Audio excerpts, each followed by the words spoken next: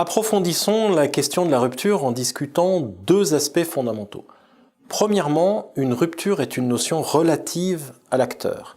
Et deuxièmement, une rupture est un processus et non pas un événement.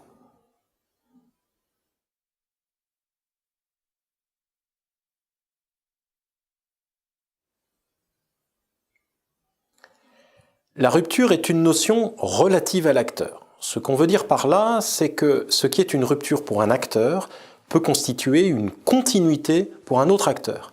Regardons le cas de la presse. Google est un acteur du web. Faire un site d'information en ligne, c'est simplement ajouter quelques pages d'information, d'actualité sur son site actuel. Alors cela peut ne pas être simple techniquement ou légalement. Par exemple, il faut trouver des sources d'informations, gérer la propriété intellectuelle. Mais cela se fait en continuité avec ce que fait déjà Google. En revanche, pour un acteur traditionnel de la presse, par exemple un quotidien, lancer un site d'information en ligne est beaucoup plus compliqué. D'abord parce que Internet représente une culture totalement différente du monde classique de la presse. Ensuite, parce que mettre des informations en ligne va entrer en conflit avec le modèle historique du journal. Pourquoi acheter le journal papier si tout peut être lu en ligne? C'est de ce conflit que naît la difficulté de gérer une rupture pour la presse traditionnelle. De même, la musique en ligne représentait une rupture pour Sony, qui était éditeur de musique, alors que c'était relativement continu pour Apple, car cela n'entrait pas en conflit avec aucune de ses activités.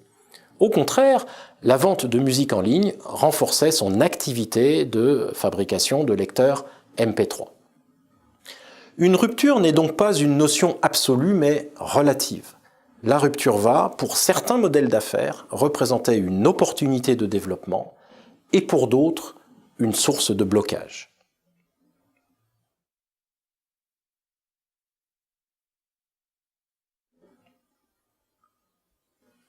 Rappelez-vous notre définition de la rupture. Interruption qui affecte brutalement dans sa continuité la permanence d'un phénomène.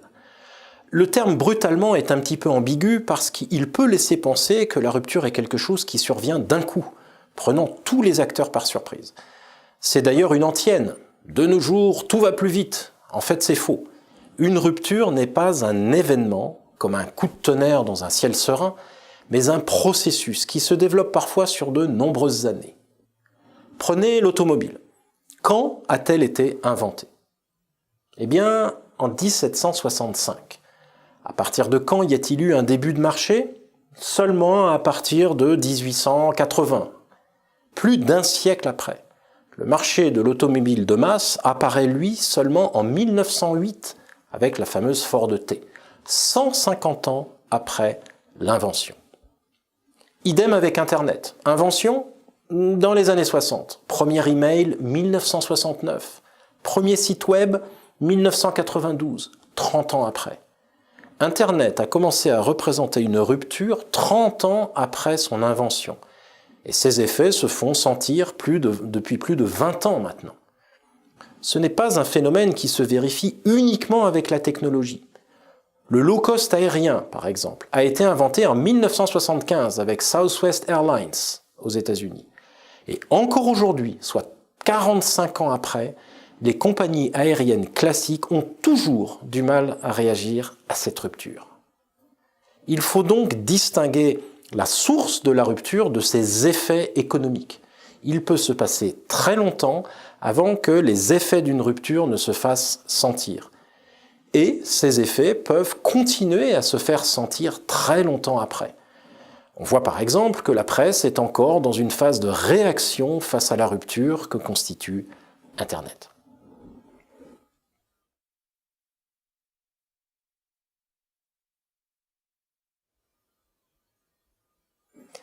Pour conclure, nous retiendrons donc deux choses. 1. La rupture est une notion relative. Ce qui est une rupture pour un acteur n'est pas forcément une rupture pour un autre acteur. Et 2.